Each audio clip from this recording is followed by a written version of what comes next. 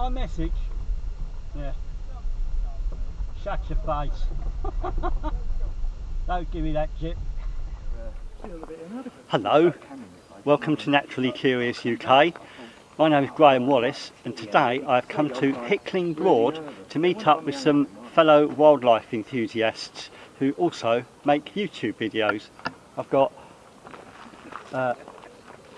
Greg, Liam and JP, who's up from Essex and travels all over the place in his camper van, but they were already here and waiting for me today because my car wouldn't start and I had to get a jump start, but we'd better crack on, haven't we? Catch you later. Right. I'll go back in it. I'll go on now. That's it, yeah. The film was leaving the car park. Job done.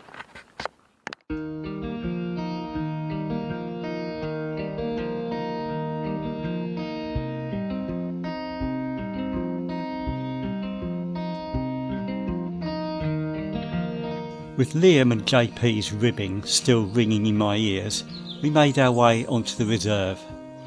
It's a designated National Nature Reserve, owned and managed by Norfolk Wildlife Trust. The reserve itself sits on the eastern shore of Hickling Broad. Do note that north is to the bottom of this map, not the top. I guess they printed it that way round, as it makes more sense as you walk onto the reserve from the north.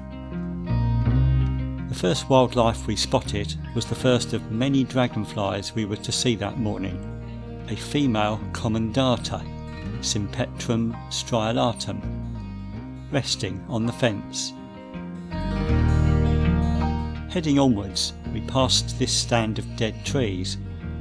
JP enlightened us by explaining that when the floodplain lifts for a prolonged period, it kills the roots of some tree species, leaving a graveyard of trees. Some trees though, like alder, actually thrive on having their roots in waterlogged soil.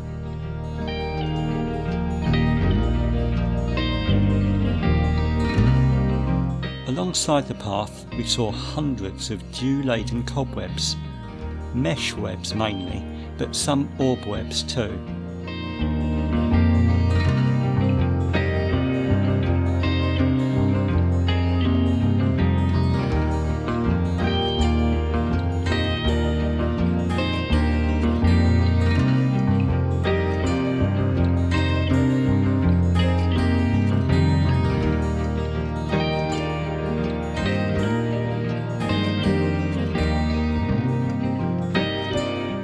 Beautiful red admiral butterfly, Vanessa atalanta, posed nicely for us.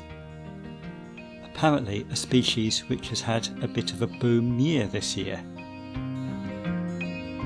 At this point I'd fallen a bit behind the other guys, but it gave me the chance to get this shot of them up on a mound overlooking Brendan's Marsh. Here's the view from the top of the mound.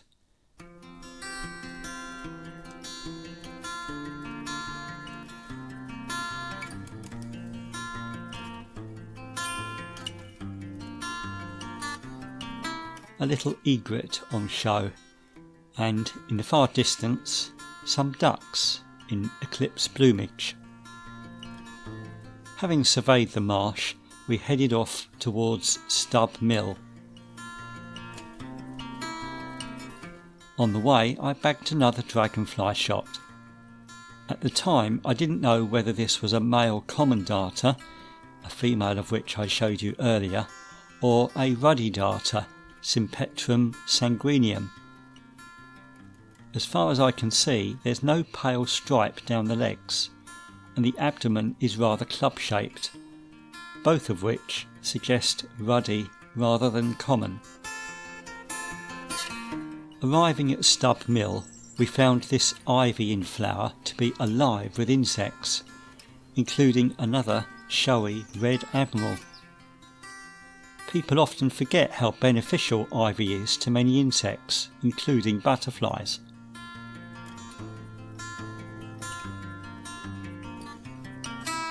Just around the corner from Stub Mill is the Raptor Roost viewpoint, but it wasn't raptors we were blessed with a view of here.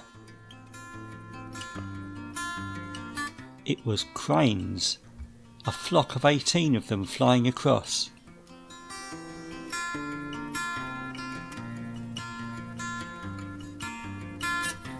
Following the flock was a lone straggler, which my humble 250mm lens did no kind of justice to. Oh well, at least it was the first time seeing these amazing birds for me. Yes, a lifer. Happy days. As the sun beat down and the mercury climbed, we headed back towards the main part of the reserve.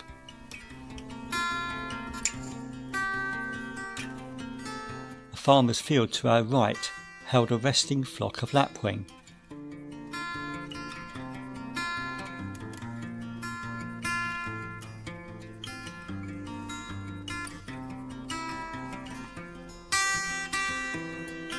While another was ablaze with giant sunflowers. To our left, a small flock of grey-legged geese was flying in.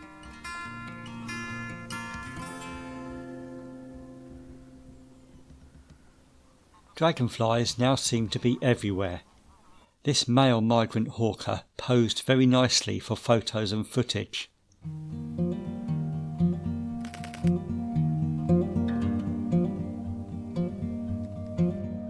This one, I think, is a female commendata, and so too this one perched up on the tip of the gorse.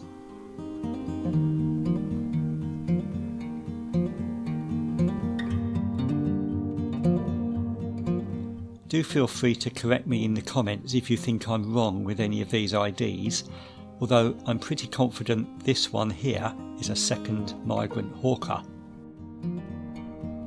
And if we thought that was going to be it for dragonfly entertainment, we were very much mistaken.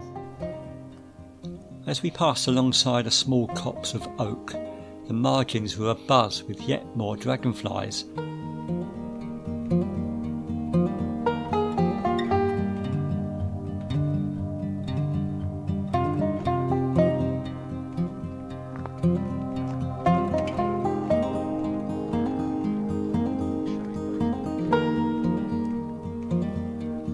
One even alighting on Liam's perspiring scalp.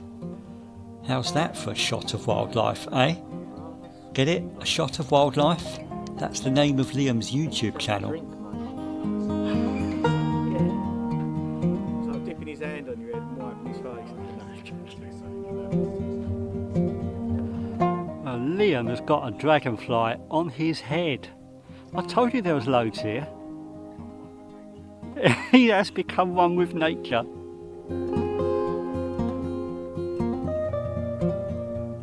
Next we headed off towards Bittenhide, on the approach to which I paused to enjoy the light shining through the leaves of this reed.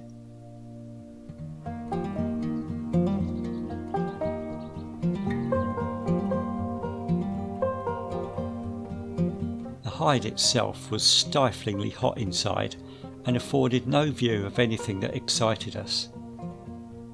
I did just bag this somewhat unremarkable shot of a pair of dragonflies. This is it, uncropped.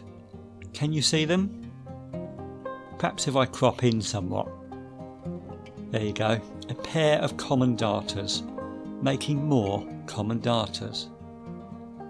Leaving the hide, we continued round the loop, and as we passed White's Lee Lodge at number 3 on the map, I just avoided stepping on a baby adder which was slithering across the path under the tufts of grass.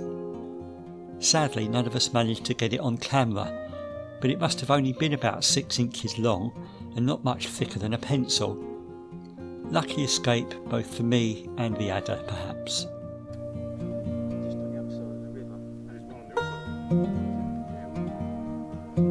By now it was getting to the time when I would have to say my goodbyes to my buddies and head off back to Hemsby to rejoin my family for the rest of our holiday. But there was just time to take in the view from the water trail departure point.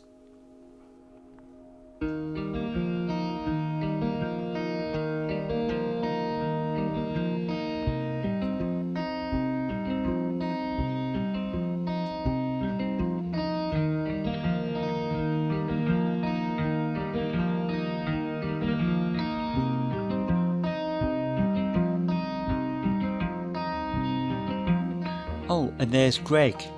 I told you we'd see him later.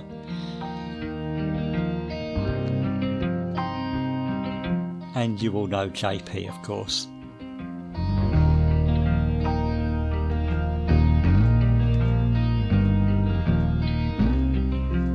During my yomp back to the car park, I encountered this male pheasant, who seemed to think that I should follow him.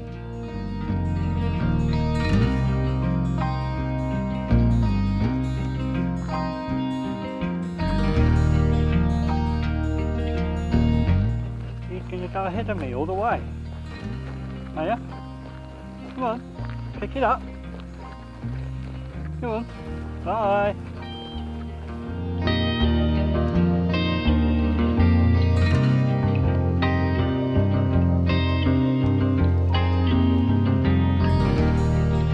Don't eat any lizards or snakes. So thanks for joining me and my friends for this visit to Hickling Broad Nature Reserve. Do join me again soon here on Naturally Curious UK.